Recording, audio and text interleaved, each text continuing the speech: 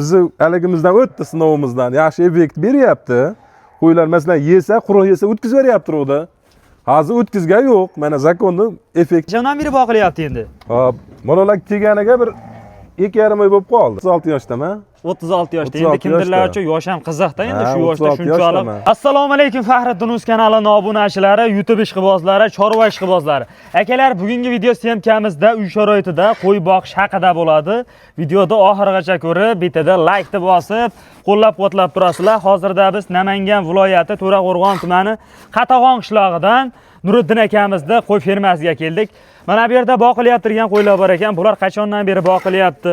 Kuniga qanchadan yemaydi, oyiga qanchadan daromad qiladi? Shu haqida ma'lumotlarni akamizni o'zlaridan chiroyli qilib olib berishga harakat qilamiz.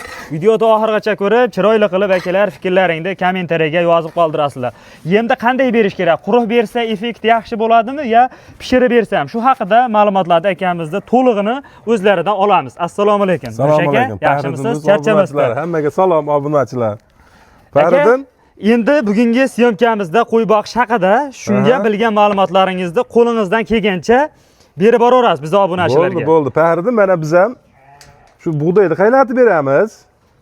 Qo'ldan kelgancha yangi boquvchilarga hali motivatsiya deydimi? Shunda o'rganib, biz ham bilganimizcha aytamiz. Siz ham obunachilarimiz bilganicha, agar biz bilmaganlar bo'lsa, kommentariyaga yozib, chiroyli qilib aytsa, o'shanga qarab effekt beraveramiz. Boqadiganlar bor, baribir qo'ydi. Boquvchilar ko'p. Boquvchilar ko'p. Xo'p, aka, endi bu yemimiz pishirilgan bug'doy, bug'doyda qaynatilgani mana. Bug'doyda qaynatilgan. Aka, birinchi qozonimiz to'g'risida ma'lumot bersangiz? Hop, qozonimiz 80 litrli. 80 litrli qozon. 80 litrli qozon. Bunga 35 kilo bug'doy tashlaymiz. 35 kilo bug'doy solinadi. 35 kilo bug'doy tashlaymiz. 15 litr suv qo'yamiz. 15 litr suv quyiladi. 15 litr suv qo'yamiz. Tuz tashlaymiz. Yarim 1 piyola tuz tashlaymiz. Pishgandan keyin o'zi bu hishib mana shunday shaklga kelganda bu. Shaklga keladi, katta bo'lib, yumshoq bo'ladi. Qo'ydi hazm qilishi yaxshi bo'ladi. Aka, qachondan boshlandi bu qo'ylarga bu yemni pishirib berish? Biz ikkinchi partiyasini hali qilyapmiz. Birinchi partiyani boqib chiqardik, yangi partiyalarimiz bor. Shularning ikkinchaligida endi. Faxriddin. Bu ikkinchi yo'nalishda boqilyapti. Birinchi yo'nalishda quruq berilgan. Birinchi yo'nalishda quruq berganmiz. Keyin biz ham shunaqa o'rganib, bundan haliga olib, shuni qaynatib beryapmiz. Effekti yaxshi bo'lyapti. Effekti yaxshi bo'lyapti. Effekti yaxshi bo'lyapti. Xudo xolasa yaxshi hozircha. Bug'doyda 35 kilo solamiz dedingiz-a? 35 kilo bug'doy solamiz. 15 litr suv quyamiz. 1 piyola tuz tashlaymiz. 1 piyola tuz tashlanadi.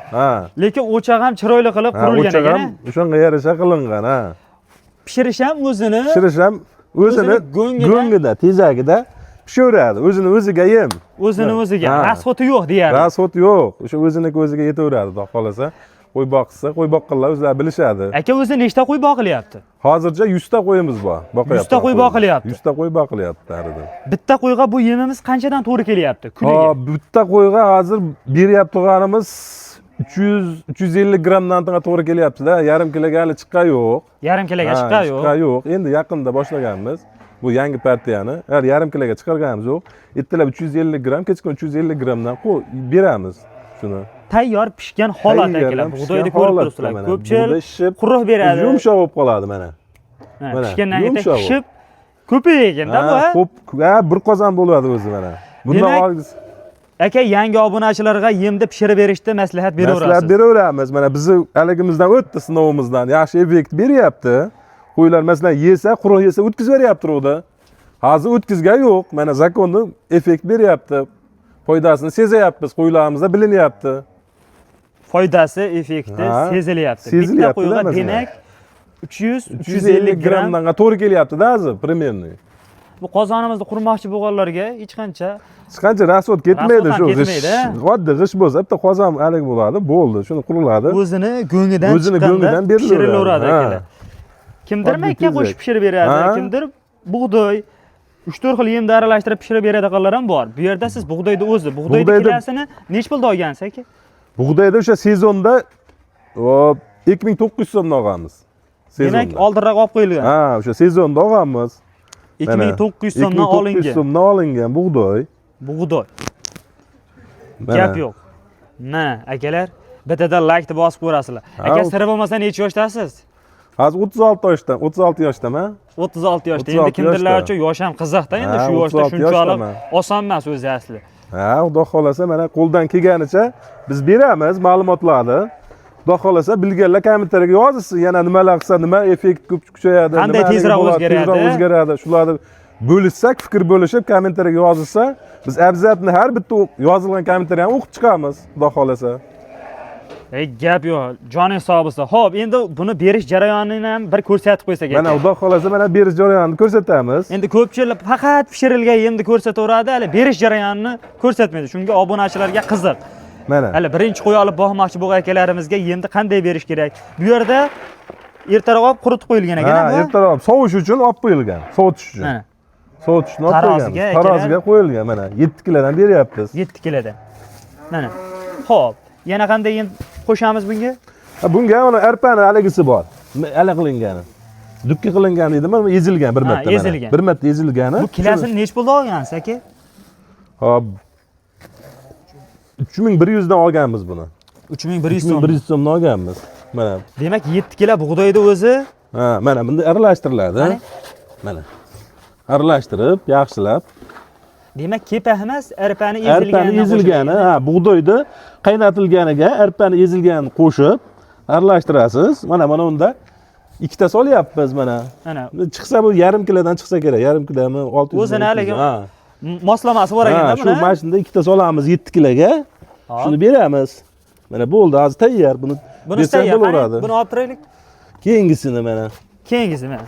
Hammasini tayyorlab olaveringlar, keyin Hammasini qo'ylarni tayyorlab ko'rsatamiz olamiz. birolar. Keyin biroq berish jarayonlarini ko'rsatamiz. Ha, endi hali qiziqda, endi Ha. qo'yda olib borib qo'raga qamab qo'yganingiz bilan yemni qanday berishni bilmasangiz, Shunday. Endi biz ham Mana. boshida qiynalganmiz. Shu bilganlar bilan maslahatlashib, sekin-sekin internetdan ko'rib urgansan. internetdan ko'rib o'rgansangiz ham bo'laveradi, ha?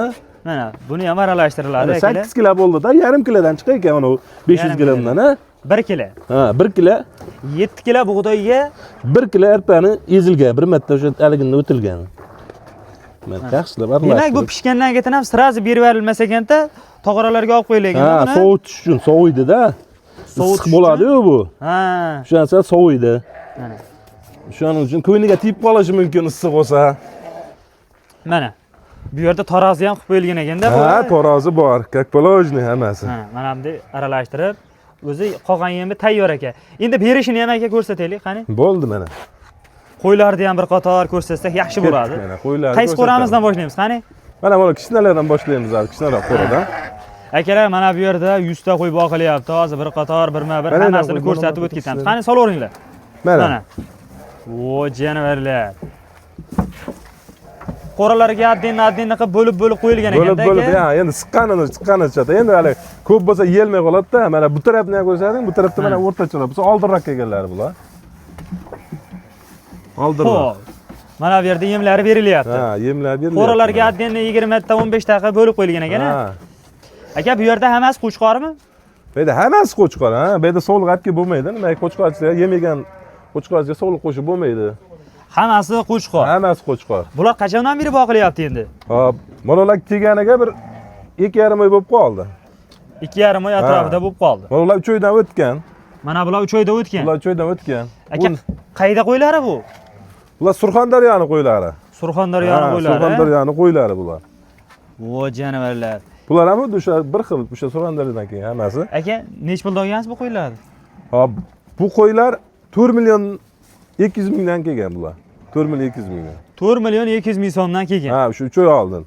Endi unda sal narxlar aligroq bo'lgan-ku. Qulayroq Ha, bo'lgan. uch oy Undan oldin narxlar ko'tarilib ketdi. Narxlar arzonroq bo'lganda, Ha, to'g'rimi? unda paytda arzonroq bo'lgan. 4 million 200 mingdan kelgan, ha. 200 ming so'mdan olgansiz Ha, 4 bularda. million 200 mingdan olingan, shega yetib kelgan shu 4 million 200 dan. Bu ham xuddi shuni partiyasida mana bu. Qani, buni ham ko'rsatib qo'yaylik. Mana. Bular ham xuddi shu partiya. Mana. Mana. Katta partiya ekanda bular. Bular sal aligroq. Ammo teng kelgan, sal ajratib qo'yganmiz shular ichidan. Ajratib, katta lekin endi bir xilda berilaver Ha, ekan. yem bir xil, hammasiga bir xil ketadi yem. Aka, o'zi necha oygacha boqiladi bu yerda qo'y? Endi har xil baridan. Bir xil qo'y sal ertaroq yetiladi, bir xil qo'y sal kamroq yetiladi, keyinroq yetiladi. Biz niyatimiz qurbonlikkacha boqish, xudo xolasa. Qurbonlikkacha boqish. Qurbonlikkacha boqish, xudo xolasa qurbonlikkacha boqamiz bularni. Qurbonlikkacha boqsangiz o'zi Encha u pishib kelsa kerak. Ha, bular xudo xolasa, 130-140 bo'lib kelsa kerak.